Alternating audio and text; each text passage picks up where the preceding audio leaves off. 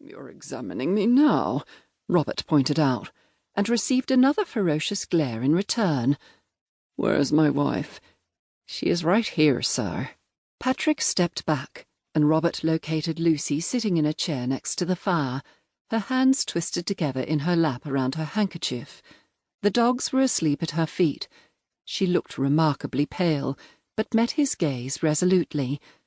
"I know you said you didn't wish to see Dr. Fletcher, but when one's husband is discovered unconscious on the drive, one is entitled to ignore his wishes." "Indeed," Robert said, "although one might have considered waiting a while and consulting the patient first." "Lady Kurland did the right thing," Patrick replied. "I know you don't want to hear this, Robert, but this swelling on your thigh is hot to the touch. I hesitate to literally reopen old wounds, but I've heard of cases like this before from fellow army surgeons, and I'd like the opportunity to drain the swelling and see what's going on." Robert swallowed hard. The idea of a surgeon laying hands on him again made every cowardly impulse in him stir to attention. It was also why he hadn't mentioned the swelling to anyone, not even his wife. "If I don't try something, you'll probably lose the leg, and maybe your life if the inflammation spreads," Patrick continued. Lucy came to stand beside the doctor and looked down at Robert. "As you might imagine, I would rather you continued your existence."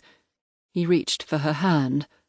"Then I must agree to put myself in the good doctor's hands.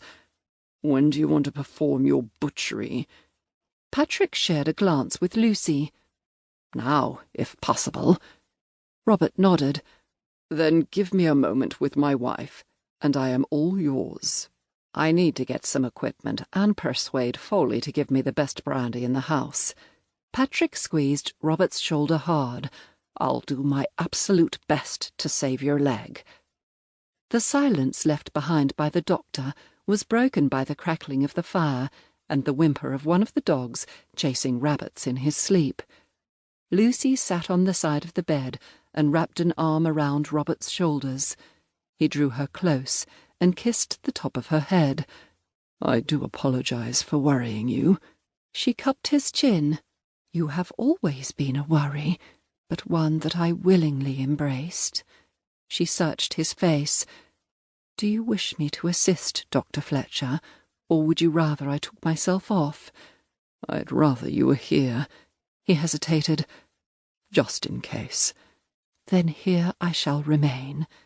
She kissed him gently on the lips. "At your side." She glanced over at the fire. "The dogs, however, will return to the kitchen."